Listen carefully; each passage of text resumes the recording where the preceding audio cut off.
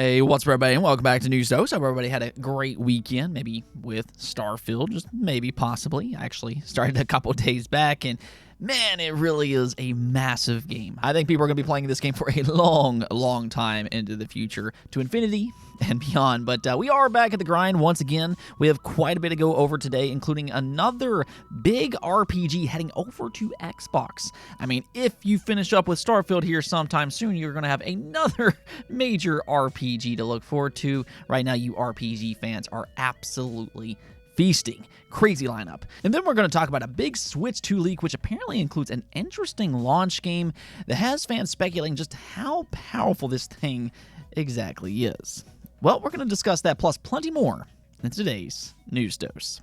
Let's just go and get right into it, though, starting off with Hogwarts Legacy, because reportedly, Avalanche Software has already started development for its sequel. This is coming from My Time to Shine, a fairly accurate insider, and even though this has yet to be officially announced, this does make a lot of sense when you start to think about it. Hogwarts Legacy bursted onto the scenes earlier this year, and it immediately became one of the most successful games in a long time. As of the month of May, it had already sold more than 15 million copies worldwide and crossed $1 billion in revenue. So yeah, without a doubt, they're looking at its success and are just salivating over the idea to capitalize on the IP even further. Yeah, I suppose those boycotts didn't exactly work, whatever, I guess, but I think there's a big question here. How would a sequel like this work? And I think that that's kind of interesting to think about. Are they going to explore other parts of the world rather than just Hogwarts, or are they instead just going to stick with the world that they already have? It's a peculiar situation that you don't really see a lot in video games. Zelda, Breath of the Wild to Tears of the Kingdom, that managed to make it work, so there is a possibility that they could do something like that with Hogwarts Legacy and its sequel. But I will say this much, just from a story and gameplay perspective, I did finish Hogwarts Legacy here recently, and I do think that it has a lot of room for improvement. I posted a quick review over on Twitter, but I think the world itself is a lot of fun to explore, especially if you're a fan who grew up with the series, or maybe you're just a modern-day fan. But I think that there's some key ingredients missing in Hogwarts Legacy, especially when it comes to the choice and the story. It almost feels like the choices that you make are an illusion, and it never really feels like you're shaping your own destiny by becoming a hero or a villain. I think that they could maybe learn a little bit from the Fable franchise in that instance, but either way, if you want more Harry Potter, there's a likely chance that a sequel to Hogwarts Legacy is indeed on the way. Now, here's something that I'm personally really excited about myself. Yoshi P and Square Enix over the weekend dropped some Final Fantasy 16 news. Personally, and this is just me, but this is one of my favorite games to release this year so far. I absolutely love this game, the characters, and the world. And not only did they confirm more people will get the chance to play it, so I'm pretty happy about that, but they also revealed something big for current and future players as well. So the first thing here is that Final Fantasy 16 is officially coming to PC. I actually thought that this was already basically confirmed just because they let it slip a few different times before release, really as soon as they announced it for that matter, but it's now official, it's 100% confirmed. So that already is huge on its own, but he also announced 2 DLCs are in the works, and that's what I'm personally very excited about. I think there's a lot of potential to expand Final Fantasy 16. Now, I won't go into spoiler territory or anything like that, but there's several interesting characters in this game that also have unique powers. So theoretically, they could tell a side story in that manner. Sid and Jill, those are 2 fan favorites that could make for a fun expansion. There's also some lore that wasn't completely explained in terms of the icons. I could see them further explore something like that. I've seen that thrown around quite a bit as well. And then there's the ending to Final Fantasy 16. Now, if you've finished it, you'll understand that it's a little open-ended. There's a lot of theories about its conclusion, but here's an opportunity for Square Enix themselves to expand on that ending. For myself, that's right there what I would like to see. The good news here, though, is that we will learn a little bit more about this later in the year when we'll get more specific details about these 2 DLCs and the PC release. I mean, looking at some of the upcoming showcases, there's TGS, you have the Game Awards, and there's also a rumored PlayStation State of Play, so maybe we'll hear a little more at one of these upcoming showcases. Okay, so speaking of Final Fantasy, it was actually a fun weekend for fans of the franchise, or I would say mostly, because there was a massive leak that also regards the Nintendo Switch successor. So this actually all started with a fake Bloodborne remaster leak. Not a very nice fake leak, but apparently somebody online was posing as the insider I'm a Hero 2 on Discord and spread a bunch of fake information. Sadly, none of that was true. Sony still is showing no signs of a 60 frames per second update for Bloodborne on the PS5, which I think makes absolutely zero sense, honestly. And this is the thing for me. It's one of their best PlayStation 4 exclusives, and you would think that they'd want to capitalize on the Elden Ring hype. That would be a good way to do that. But, I mean, I guess it is what it is. Just kind of moving on with the news, because the point here is that the real I'm a Hero 2 decided to debunk the fake leaks by posting himself. And then he went on to reveal a lot of new information for Sega, Square Enix, and even Nintendo. Now, if you're unaware, I'm a Hero 2 is a verified leaker that has links to both Square Enix and Sega, and he was actually the one to reveal Persona 3 Reload ahead of time. So there's a reason that this is kind of exploding on the internet the way it is. Now, whether you think it's true or not, I'll let you be the judge of that, but we'll just go ahead and dive into what he said one by one, because there's a lot here, and this all starts off with some new Sega and Atlus information. According to him, Sega's 2024 lineup will include a brand new Sonic title, a Jet Set Radio reboot, Comic Zone, and a new Guardian Heroes.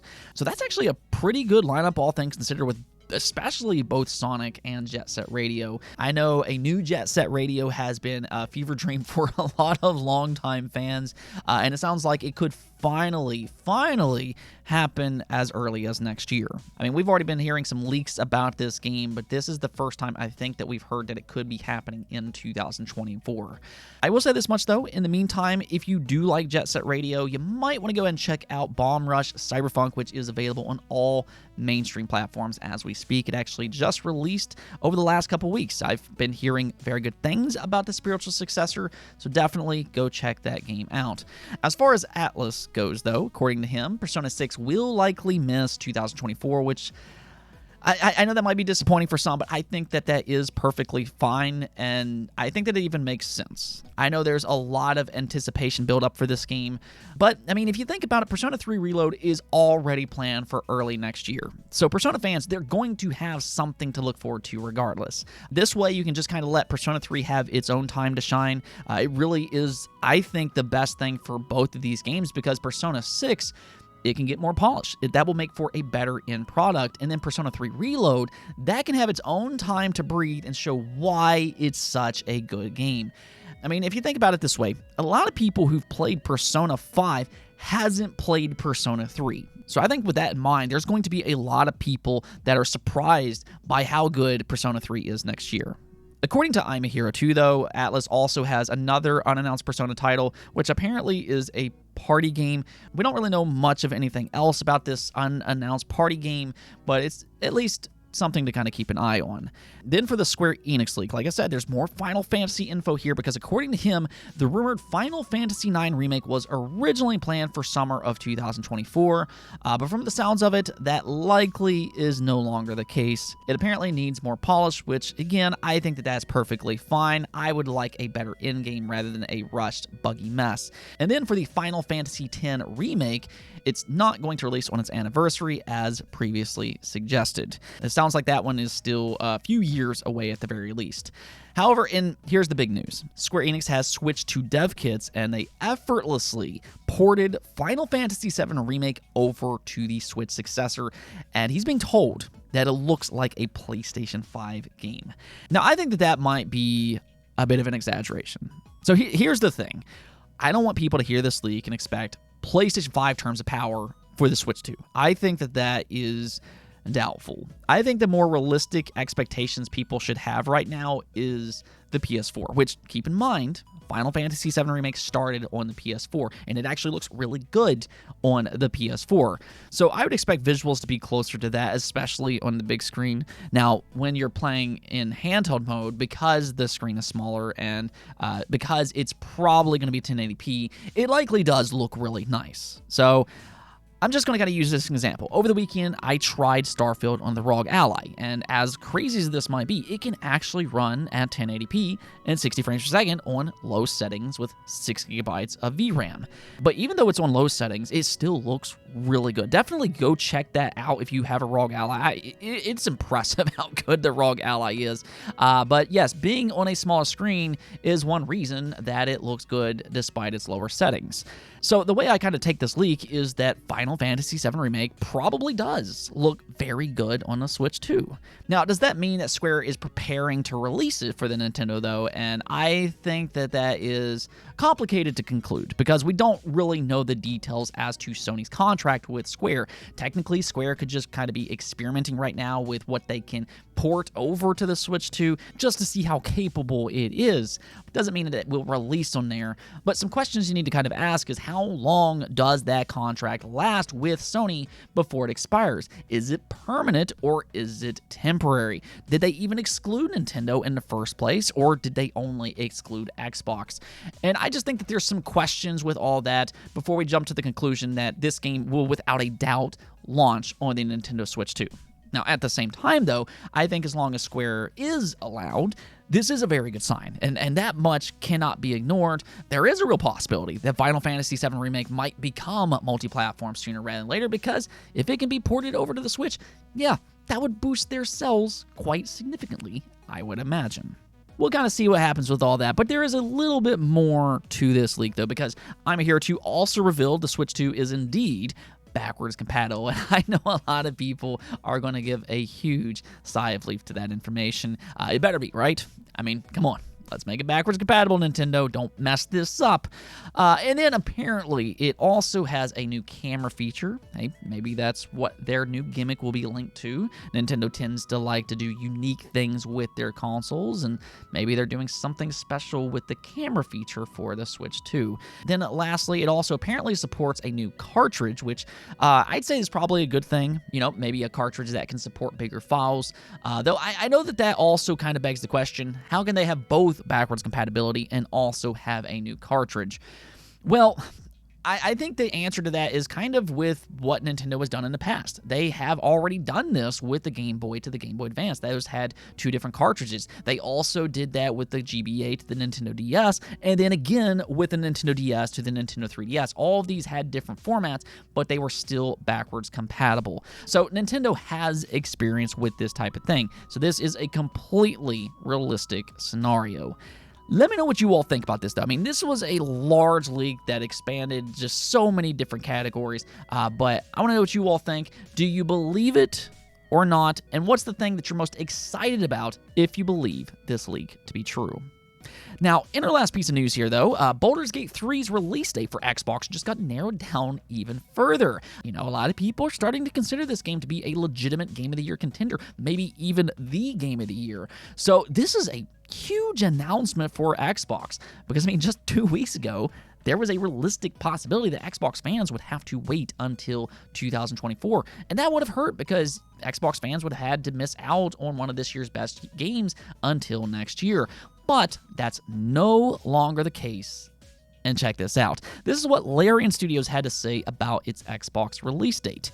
It's 2023, and 2023 is narrowing. So it's already pretty precise in my book, between September and November. So as fast as we can, honestly. So the Xbox Series X version was already in good shape last time I looked at it. So we're just going to go through the motions. Okay, what do we still need to do? There's a bunch of stuff that needs to happen to finalize it. But I think from a content point of view and from a technical point of view, we're actually very close. So, I mean, there you go. This could happen anytime between now and November. And I think in hindsight, that does make a lot of sense, because the delay, it was never about exclusivity, even though, you know, some people tried to make it out to be, because, you know, console wars, it's, whatever. They've always been working on an Xbox version, though. The only reason it got delayed was because they were previously trying to accommodate for the Xbox Series S and its split screen feature. Now that they don't have to worry about that, though, it's all about logistics and putting the final touches on it. And in almost kind of ironic kind of way, I think that this actually works out for both Xbox and Larian Studios. Yeah, it might have been accidental, but the reason I say that is because Starfield is just so massive. I think that if Baldur's Gate 3 launched side by side with Starfield, it would have largely been ignored on the Xbox platform because so many people are focused on Starfield.